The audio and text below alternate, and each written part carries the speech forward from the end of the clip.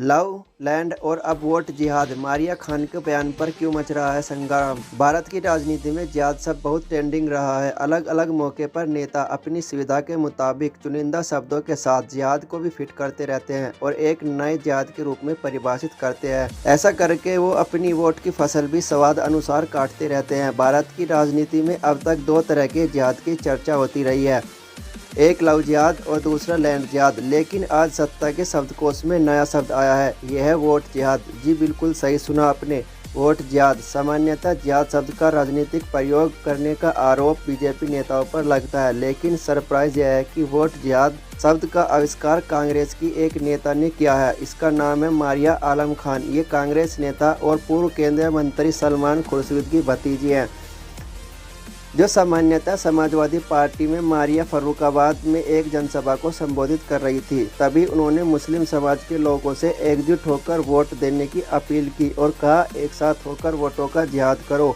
बहुत खामोशी के साथ वोटों का जिहाद करो। एक बात नोट कीजिए, इस अपील में वो लोगों से एकजुट होकर संघीय सरकार के खिलाफ खामोशी से वोट जिहाद करने के लिए कह रही है, यानी चुपचाप वोट जिहाद हो, शोर न हो।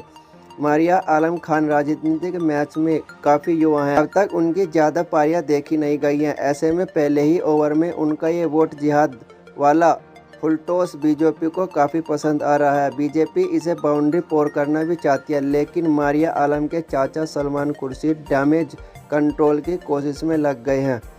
वो कह रहे हैं कि मारिया संघर्ष करने की बात कर रही है। वोट जिहाद का मतलब संघर्ष होता है, लेकिन बीजेपी कहाँ मानने वाली है।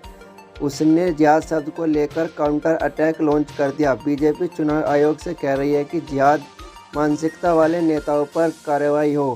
आपको बता दें, वैसे तो जिहाद शब्द का शाब्दिक अर्थ किसी काम को पूरा करने के लिए पूरी ताकत से प्रयास करना होता है, लेकिन जब राजनीतिक मंचों पर इसका इस्तेमाल होता है तो विशुद्ध रूप से ध्रुवीकरण की राजनीति के लिए किया जाता है। मारिया आलम चुनाव प्रचार कर रही थी, ऐसे में उन्हें जिस तरह से वोट जिहाद का इस्तेमाल किया, स्वाभाविक रूप से वह ध्रुवीकरण का संकेत देता है। वैसे चुनाव में वोटों का ध्रुवीकरण कितना होगा ये तो पता नहीं, लेकिन कल तक राजनीति में अनजान मारिया आलम आज वायरल हो रही है।